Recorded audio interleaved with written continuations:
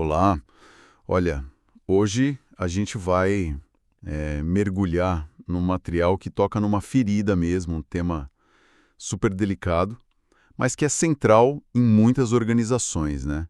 As dinâmicas de poder, a comunicação, Principalmente nesse contexto específico. exato, dentro de um contexto de liderança religiosa.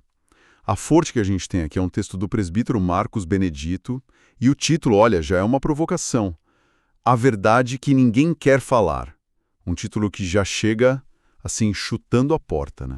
Deixa claro que o assunto é espinhoso. Totalmente. E a nossa conversa aqui vai ser para desvendar o argumento central dele. O autor direciona uma crítica muito forte a uma prática que parece ser comum, a de remover um presbítero, que é um líder ancião, uma figura de respeito, e remover essa pessoa usando a justificativa de final de ciclo. A gente vai explorar os argumentos bíblicos que ele usa para dizer que essa prática não só é errada, mas prejudicial. Ok, vamos desvendar isso. E é importante a gente entender o tom do texto, né? Desde o início, o autor faz questão de dizer que, olha, não é um ataque pessoal a ninguém. É uma defesa de princípios que, na visão dele, são a base para a saúde de uma comunidade. É mais sobre o sistema do que sobre pessoas. Exato! No fundo, é uma reflexão sobre a diferença entre ter autoridade, que é legítima, e praticar o autoritarismo, que é destrutivo. E, claro, sobre a necessidade de transparência na liderança. Perfeito. Então vamos começar pelo começo, pela expressão que motivou o texto todo. Final de ciclo. O autor pega essa frase e, assim, coloca sobre o microscópio. O que ele enxerga de tão problemático nela? Então, o problema para o autor é que a frase é um vácuo de significado. Sabe, ela é vazia, é vaga. Não diz nada com nada. Exatamente. E ele contrapõe essa vagueza com um princípio que ele considera absoluto, vindo direto de Jesus em Mateus 5,37. Seja, porém, o vosso falar sim, sim, não, não. A análise dele é direta. A clareza, a honestidade na comunicação não é uma opção, é uma ordem divina. Então, usar uma frase genérica como final de ciclo para justificar algo tão sério seria, na visão dele, fugir dessa ordem. É quase como dizer que a ambiguidade nesse contexto é uma falha moral. Não é só um jeito ruim de se comunicar. É um desvio de princípio. Perfeito. E o que eu achei genial foi a imagem que ele usou de luz e sombra.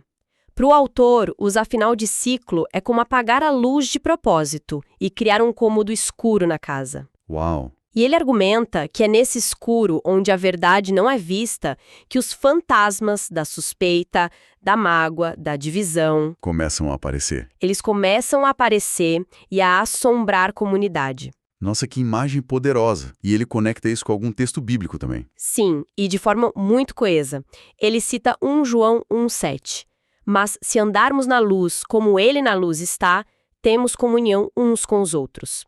A lógica dele é a seguinte: a comunhão, o elo que une todo mundo, depende da luz, da verdade. Claro. Se uma decisão tão importante é tomada na sombra, sem uma justificativa clara, verdadeira, ela não está só sendo mal comunicada, ela está ativamente quebrando a base da comunhão. A falta de verdade para ele é um veneno. Entendi. Então a crítica não é só à frase, mas ao ambiente que essa falta de clareza cria. Mas o argumento não para por aí, né? O texto dá um passo além e foca em quem está sendo removido. Isso aqui o argumento ganha uma nova camada. O autor muda o foco do como para o quem. Ele faz a pergunta: o que é um presbítero? É um funcionário? Uma peça numa engrenagem que pode ser trocada quando o chefe quiser? A resposta dele é um não bem grande, imagino. Um sonoro não. Eles os descrevem como dons de Deus para a igreja, citando diretamente Efésios 4:11. E a implicação disso é gigantesca. Porque se é um dom de Deus, a lógica é que um ser humano não tem a prerrogativa de simplesmente descartar esse dom por conveniência. Precisamente. A ideia é que a autoridade de um líder humano tem um limite, e esse limite é o próprio Deus. E para reforçar, ele usa outras passagens muito fortes. Ele cita 1 Timóteo 5,17, que diz que os presbíteros que lideram bem são dignos de dupla honra. Dupla honra, o autor até brinca no texto dizendo: dupla honra, não dupla injustiça. Dupla honra, não dupla humilhação. Ele está ressaltando que a Bíblia manda honrar e não descartar. Peraí, deixa eu ver se entendi.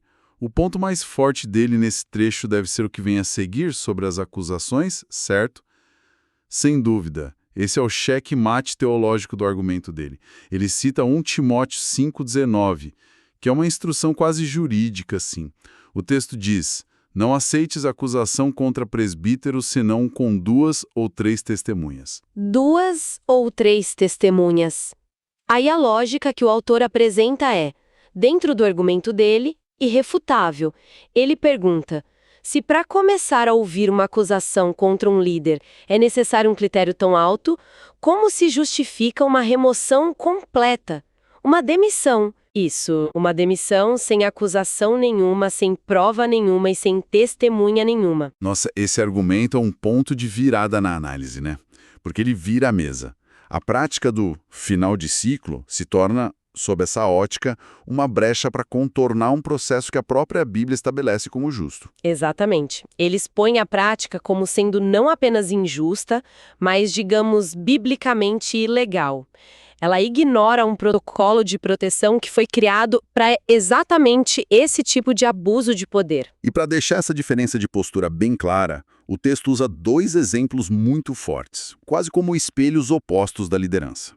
Vamos falar disso. Isso, ele cria arquétipos para ilustrar o que ele chama de liderança carnal e espiritual. O exemplo negativo, o modelo do que não fazer, é o rei Saul. Saul. O autor conecta a atitude de um líder que remove um liderado bom, fiel, sem motivo justo, diretamente ao comportamento de Saul com Davi. E as motivações que o texto aponta são cruas: inveja, medo da popularidade do outro, insegurança. E um desejo de controle, né? Um desejo doentio de controle. E é interessante porque o medo de Saul não era de um inimigo externo, mas de um aliado interno. Alguém que estava trazendo vitórias para o reino. Isso diz tudo sobre a natureza da insegurança. Diz tudo. E a escolha da passagem que o autor faz é cirúrgica. Ele cita 1 Samuel 18:12. Saul temia a Davi porque o Senhor era com ele e se tinha retirado de Saul.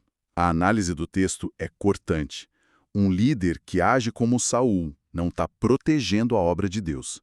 Ele está protegendo o próprio trono, a própria imagem. Exato. O crescimento de outra pessoa não é visto como uma bênção para a comunidade, mas como uma ameaça pessoal. O brilho do outro ofusca, em vez de somar. E ele ainda conecta isso a um princípio mais geral, né? Sim, ele amarra essa análise com o Tiago 3,16. Porque onde há inveja e sentimento faccioso, aí é perturbação e toda obra má. Ele não alivia. Ele basicamente enquadra essa atitude de sabotar um liderado por insegurança como uma obra má. Não é um erro de gestão, é uma falha de caráter. Com consequências espirituais graves. Ok, então Saul é o arquétipo do líder inseguro.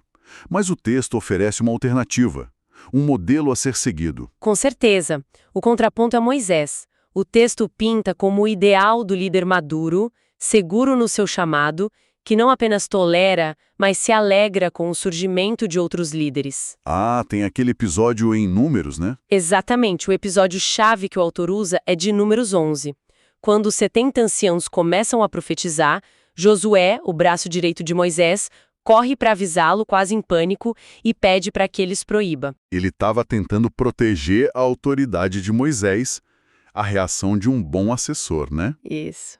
Mas a resposta de Moisés é apresentada como o padrão ouro da liderança. Ele diz: tem ciúmes por mim? Quem dera que todo o povo do Senhor profetizasse. Uau! Para o autor, essa é a mentalidade de um verdadeiro líder servo. Ele não teme ser substituído, não teme que outros brilhem. Pelo contrário, o maior desejo dele é ver mais gente capacitada. A conclusão do texto é que a remoção de alguém por insegurança é o sinal mais claro de uma liderança saulita, não de uma liderança como a de Moisés. Essa comparação de arquétipos é muito forte. Mas a argumentação não para em Moisés. O autor sobe a régua ainda mais, né? Ele apela para a figura central de tudo. Sim, ele leva o debate para o nível final, fazendo a pergunta que para ele encerra qualquer discussão. O que Jesus faria? E a resposta que o texto oferece é enfática. Segundo o autor, Jesus nunca descartou ninguém por conveniência. Ele nunca chegou para um discípulo e disse, olha, seu ciclo aqui acabou. Jamais. Pelo contrário, o padrão de Jesus, como apresentado no texto, é sempre o de restaurar, de corrigir, de confrontar o erro, mas com o objetivo de curar, não de amputar. Pense em Pedro, que o negou 3 vezes. A reação de Jesus não foi dispensá-lo. Foi restaurá-lo. Foi restaurá-lo com 3 perguntas de amor. É uma mudança completa de paradigma. A lógica não é de gestão de recursos humanos, é de pastoreio, de restauração de almas. Exatamente. E é aí que o autor usa a metáfora mais importante do Novo Testamento para a liderança, a do bom pastor, de João 10. Ele cita o versículo 11. Eu sou o bom pastor. O bom pastor dá a sua vida pelas ovelhas. E o argumento é direto, simples e direto. Uma pessoa que está disposta a morrer por alguém não humilha essa pessoa, não a descarta. O instinto do bom pastor é proteger, não expor. E o contraste que ele faz a seguir é devastador. É a parte mais chocante do texto. Ele pega o versículo anterior, João 10.10, que diz que o ladrão não vem senão a roubar, a matar e a destruir. E aí ele faz uma conexão que é de arrepiar.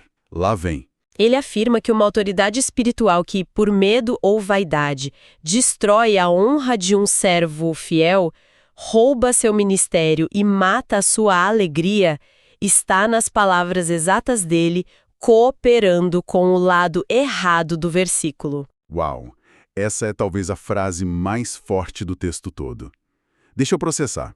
Ele não está dizendo que o líder é o ladrão. Não. Ele está dizendo que a ação de destruir um liderado se alinha com o propósito do ladrão.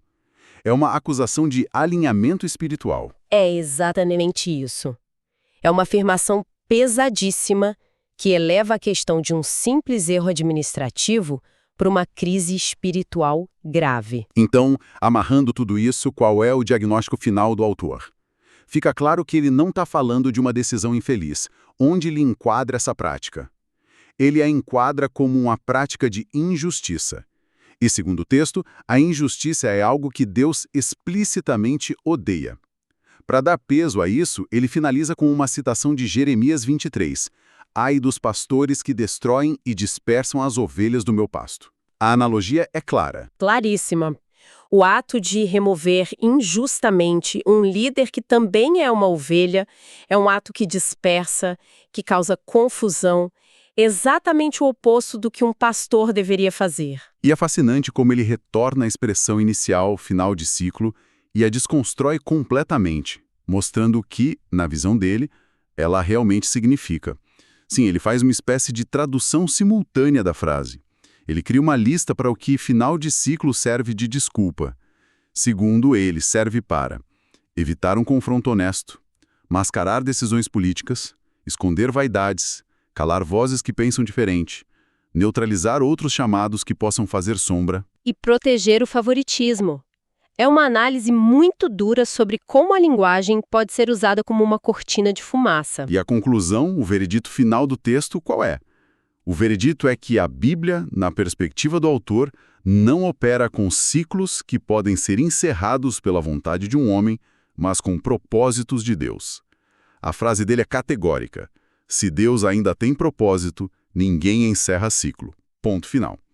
Forte. E o texto termina com uma declaração, quase como uma profecia, de que a igreja tem um dono, Jesus, e que ele mesmo vai zelar pela sua obra e pela sua justiça, respondendo a essas situações no tempo certo.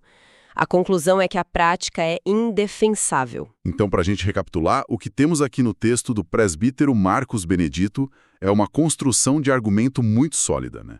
Teológica, pastoral, contra o uso de uma linguagem vaga para justificar decisões que o autor vê como injustas. E ele usa as escrituras para defender a transparência, a honra e o modelo de liderança que é seguro de si. Que celebra, em vez de temer, o brilho das outras pessoas.